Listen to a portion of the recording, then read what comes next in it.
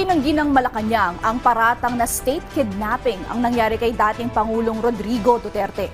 Giit ng palasyo, tiniyak pa nila ang seguridad at kalusugan ng dating Pangulo. Nagbabalik si Clazel Pardilla ng PTV Manila.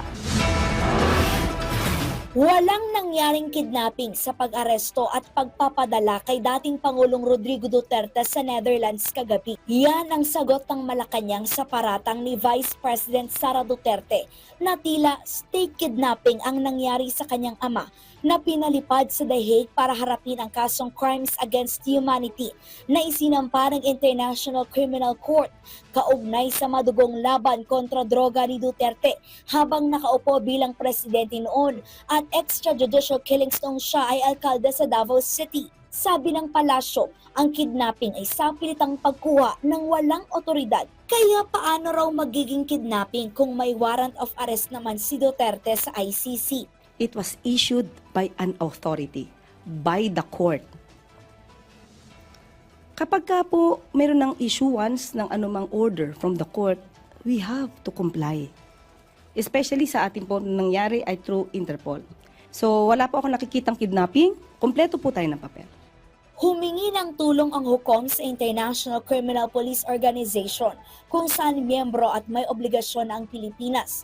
Tiniyak ng Malacanang na dumaan sa Standard Operating Procedure ang dating Pangulo.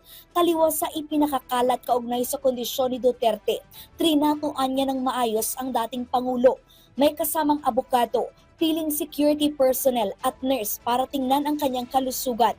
Nanindigan ang Malacanang na ang pagkakaaresto ni Duterte ay resulta ng pagtanggi na tugunan ang mga notice ng ICC. Nabigyan po sila ng 1 year to act on the alleged complaints. Pero wala po kasi naging aksyon.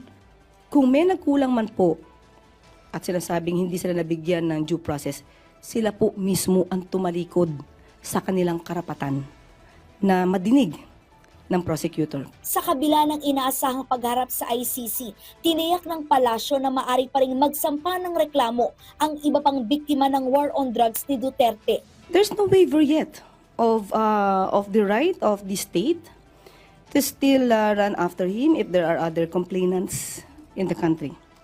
It just so happened that there is already pending case before the ICC and we are just complying and enforcing. Una nang sinabi ng Malacanang na sisiguraduhin ang kapayapaan at kaayusan, kaya hinikayat ang publiko na maging kritikal sa kaso ni Duterte.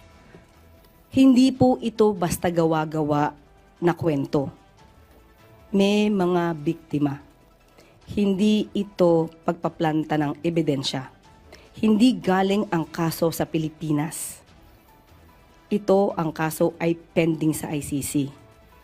Ano ang magiging dahilan nila para himukin ang taong bayan na mag-alsa laban sa pamahalaan?